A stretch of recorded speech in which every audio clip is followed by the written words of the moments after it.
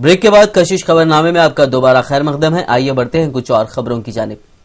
مجلسی امیدوار جعفر حسین معراج نے حلقہ اسمبلی نامپلی کے Ahmed Nagar ODI community hall, چاخو نگر، سید نگر 2 اور بڑا بازار کا دورہ کیا. مجلسی امیدوار جعفر حسین معراج کے ساتھ میئر بلدیہ عظیم تر حیدرآباد محمد ماجد حسین، مجلسی سرگرم کارکن یاسر عرفات سمیت مجلسی کارپوریٹرز و دیگر کارکنان موجود تھے. مجلسی امیدوار جعفر حسین معراج نے کہا کہ مجلس عوام کی جماعت ہے اور عوام کی خدمت مجلس کا نصب العین ہے. انہوں نے عوام سے مجلس کی تائید میں ووٹ ڈالنے کی اپیل کی. اس موقع پر مقامی عوام نے جعفر حسین معراج اور میئر بلدیہ کی گلپوشی اور شالپوشی بھی کی. مجلسی امیدوار کوثر محی الدین نے گولکنڈہ، حکیم پیٹ، حکیم شاہ کالونی، ہیرا خانہ سمیت دیگر علاقوں کا دورہ کیا. کوثر محی الدین نے مقامی عوام سے ملاقات کرتے ہوئے مجلس کی تائید میں ووٹ ڈالنے کی اپیل کی. اس موقع پر کوثر محی الدین کے ساتھ مجلسی ابتدائی صدر محمد غوث اور دیگر مجلسی کارکنان بھی موجود تھے. مقامی مجلسی کارکنان محمد خدیر، عارف احمد قادری، محمد آصف و دیگر کارکنان نے مجلسی امیدوار کوثر محی الدین کی گلپوشی کی. شہر حیدرآباد کے مختلف علاقوں سے تعلق رکھنے والے ڈاکٹروں کے ایک وفد نے دارالسلام پہنچ کر صدر مجلس بیرسٹر اسد الدین اویسی سے ملاقات کی. اس وفد میں تقریباً 100 ڈاکٹرز موجود تھے. انہوں نے صدر مجلس سے ملاقات کرنے کے بعد مجلسی اتحاد المسلمین میں شمولیت اختیار کی. اس موقع پر ڈاکٹروں کے وفد نے صدر مجلس کی گلپوشی بھی کی. مصر کی موجودہ صورتحال اور اخوان المسلمون کے خلاف مظالم کی مذمت میں مہدی پٹنم میں حیدرآباد کے اہل علوم و دانش کا اجتماع منعقد کیا گیا. اس اجتماع میں مقررین اور علماء کرام نے متفقہ طور پر عبدالفاتح السیسی کی فوجی حکومت کی مذمت کی. ان کا کہنا تھا کہ سعودی عرب سمیت دیگر خلیجی ملکوں کے مالی تعاون اور عالمی طاقتوں کی مدد سے ایک جمہوری حکومت کا تختہ الٹ دیا گیا. انہوں نے مظاہرہ کر رہے ہزاروں پرامن اخوانیوں اور عام شہریوں کے قتل کی مذمت کی. اس اجتماع میں شریک اہل دانش کا کہنا تھا کہ ظلم اور ناانصافی کے خلاف علماء حق خاموش نہ رہیں اور خیر و شر کی اس کشمکش میں زبان اور قلم سے مظلوم کا ساتھ دیں. استاذ دارالعلوم ندوۃ العلماء مولانا سلمان حسینی ندوی نے اس اجتماع میں مہمان خصوصی کی حیثیت سے شرکت کی. اجتماع کی صدارت پروفیسر محسن عثمانی نے کی. اس اجتماع میں مفتی صادق محی الدین، اظہر الدین، نظام الدین فاروقی، ڈاکٹر افتخار الدین، مولانا فصیح الدین ندوی، ڈاکٹر شہاب الدین سبیلی اور اردو ٹی وی کے مینیجنگ ڈائریکٹر حبیب ناصر نے بھی شرکت کی.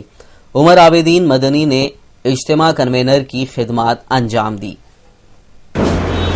اس میں علماء ہیں، دانشوران ہیں، ذمہ داران ہیں. میں سمجھتا ہوں کہ صرف حیدرآباد کا کریم ہی نہیں ہے بلکہ پورے ملک کی نمائندگی اس اجتماع کے ذریعے ہو رہی ہے. اگرچہ تعداد کے اعتبار سے مختصر ہے لیکن اپنی قیمت اور اہمیت کے اعتبار سے بہت ہی عظیم اجتماع ہے. بزرگان محترم سب جانتے ہیں کہ اسلام کا جو آخری ایڈیشن آخری نبی صلی اللہ علیہ وسلم کے ذریعے پیش کیا گیا ہے وہ اسی لیے پیش کیا گیا ہے کہ عالمی اعتبار سے اس کے ذریعے ایک انقلاب برپا کیا جائے، ایک ایسا نظام برپا کیا جائے جس میں پوری دنیا کی راحت کا انتظام ہو اور انسانی اقدار کو زندہ کیا جائے اور لوگوں کو امن اور عافیت سے ہمکنار کیا جائے اور اسی کے ساتھ ساتھ اللہ کی دھرتی پر اللہ کا نظام چلایا جائے، اس کی شریعت کو نافذ کیا جائے. اسی مقصد کی خاطر اسلام برپا ہوا اور یہی وہ مقصد تھا جس کو حضرت محمد مصطفیٰ صلی اللہ علیہ وسلم نے پورا فرمایا. پھر آپ کے خلفائے راشدین نے اس کی تکمیل فرمائی اور پھر کمی اور بیشی کے ساتھ مختلف ادوار میں یہ نظام چلتا رہا. پورے 1300 سال کا عرصہ اس طرح گزرا ہے تقریباً کہ اس میں کبھی بھی شریعت اسلامیہ کے متبادل کو تلاش نہیں کیا گیا.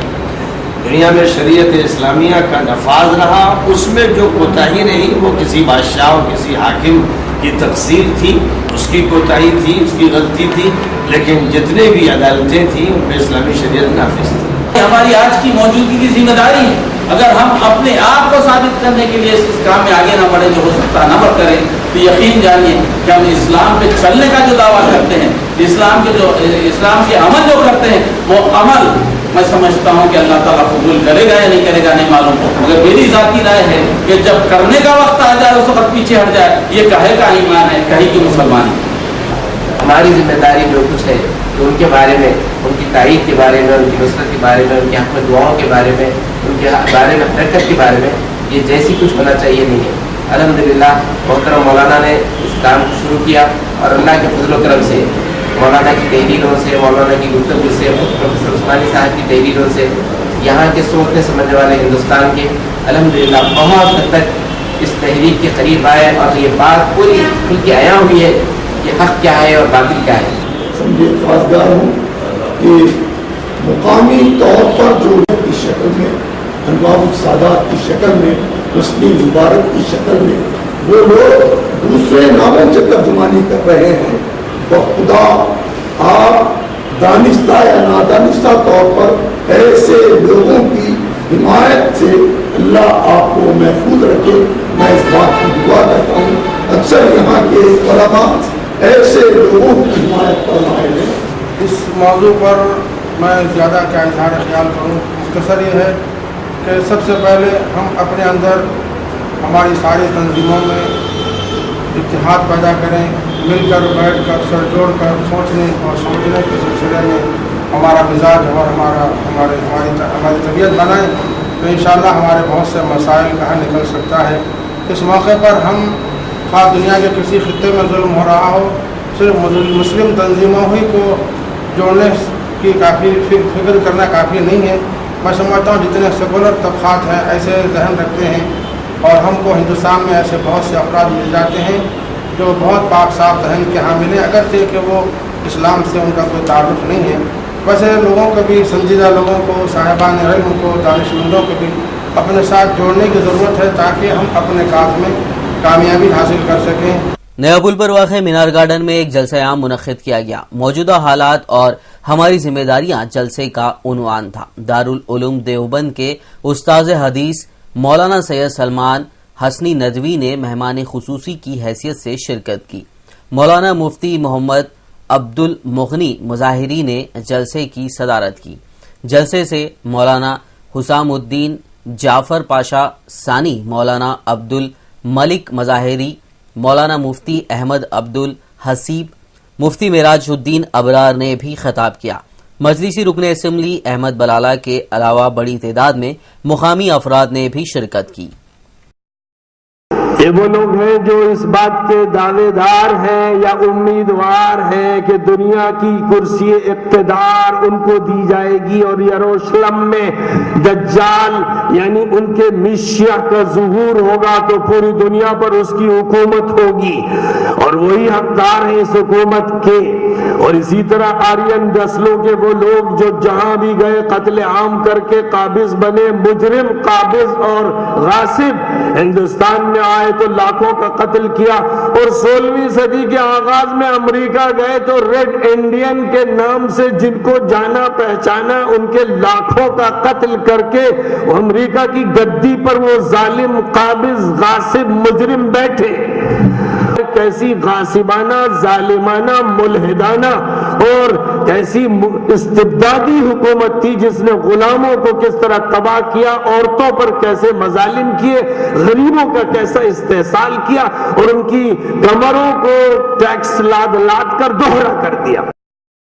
یاقوت پورہ حلقہ اسمبلی کے مجلسی امیدوار محمد ممتاز خان نے سنتوش نگر کے مختلف علاقوں کا پیدل دورہ کیا۔ ممتاز احمد خان نے مقامی عوام سے ملاقات کرتے ہوئے مجلس کی تائید کرنے اور پتنگ کے نشان کو ووٹ دینے کی اپیل کی۔ مقامی عوام نے محمد معظم خان کی جگہ جگہ گلپوشی کرتے ہوئے انہیں تہنیت پیش کی۔ اس موقع پر مجلسی کارکنان کی بڑی تعداد موجود تھی۔ بہادر پورہ حلقہ اسمبلی کے مجلسی امیدوار محمد معظم خان نے انجن باؤلی کے مختلف علاقوں کا دورہ کیا۔ انہوں نے مقامی عوام سے ملاقات کی اور انتخابات میں مجلس کو کامیاب بنانے کی اپیل کی۔ مقامی عوام نے محمد معظم خان کی جگہ جگہ گلپوشی کرتے ہوئے تہنیت پیش کی۔ اس موقع پر جہانما نمائندہ کارپوریٹر محمد سلیم، محمد عارف، کیپٹن بشیر کے علاوہ مجلسی سرگرم کارکنان حسینی پاشا و دیگر موجود تھے۔ میر محمود عالم درگاہ پہاڑی کے علاقے میں واقع جوہر میڈیکل کالج میں تحقیق علوم طب کے کتابچے کی رسم اجرائی عمل میں لائی گئی۔ Johar medical college of electro homeopathy کے director doctor M S Hussain نے کتاب کی رسم اجرائی عمل میں لائی۔ ڈاکٹر ایم ایس حسین نے الیکٹرو ہومیوپیتھی سے متعلق تفصیلات بتائی۔ اس موقع پر ڈاکٹر میر لطیف علی، ڈاکٹر سید عارف عمر، ڈاکٹر نثار کے علاوہ دیگر موجود تھے۔ ناظرین، کشش خبر نامے میں فی الحال وقت ہوا ایک چھوٹے سے بریک کا۔ بریک کے بعد بھی خبروں کا سلسلہ اسی طرح جاری رہے گا۔ ملتے ہیں اس چھوٹے سے بریک کے بعد۔